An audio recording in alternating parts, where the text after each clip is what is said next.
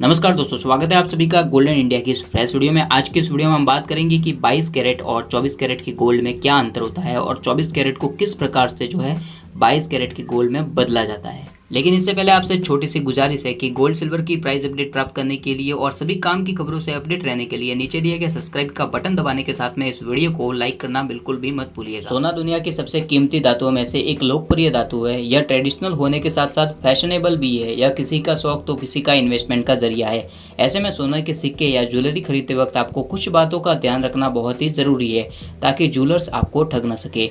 24 carat का gold बिल्कुल pure होता है। गोल्ड में कैरेट से उसकी शुद्धता का पता चलता है। 100% प्योर गोल्ड से ज्वेलरी नहीं बनाई जा सकती, इसलिए उसमें सिल्वर, पैलेडियम, प्लेटिनम, निकेल, यहाँ तक कि फिलर मेटल के तौर पर कॉपर को भी मिलाया जाता है। गोल्ड में जब फिलर मेटल के तौर पर सिल्वर, प्लेटिनम या फिर पैलेडियम को मिलाया जाता है तो उसे व्हाइट गोल्ड कहा जाता है, यानी कि सफ़ेद सोना।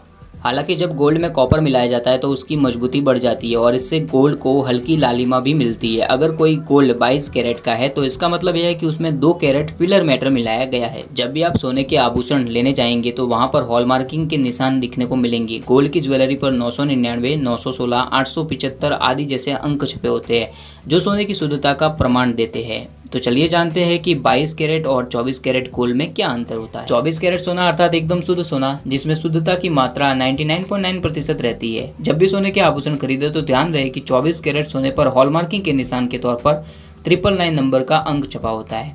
आभूषण में 999 अंक सोने को 99.9% शुद्धता को प्रदर्शित करता है। सोने की शुद्धता उसकी बारीकी और पतलेपन से पता लगाया जाता है। 24 कैरेट सोना अत्यधिक पतला होता है। इसके पतले होने के कारण इसके आभूषण बनाने में काफ़ी परेशानी होती है और इसके लचीलेपन के कारण गहने मुड़ने का खतरा भी रहता है।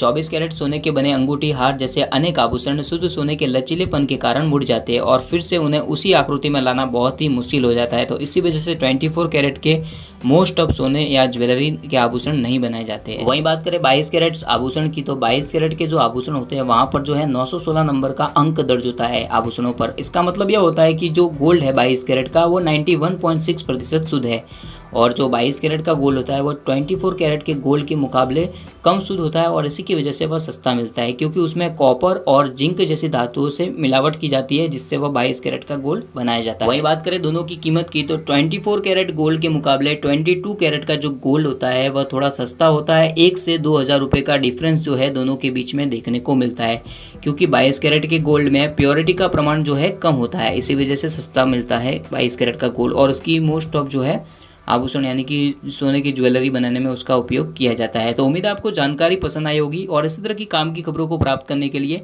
नीचे दिया गया सब्सक्राइब का बटन दबा दीजिए और इसी के पास में बेल का आइकन है उसे भी दबा दीजिएगा और वीडियो को लाइक करना बिल्कुल भी मत भूलिएगा। धन्यवाद।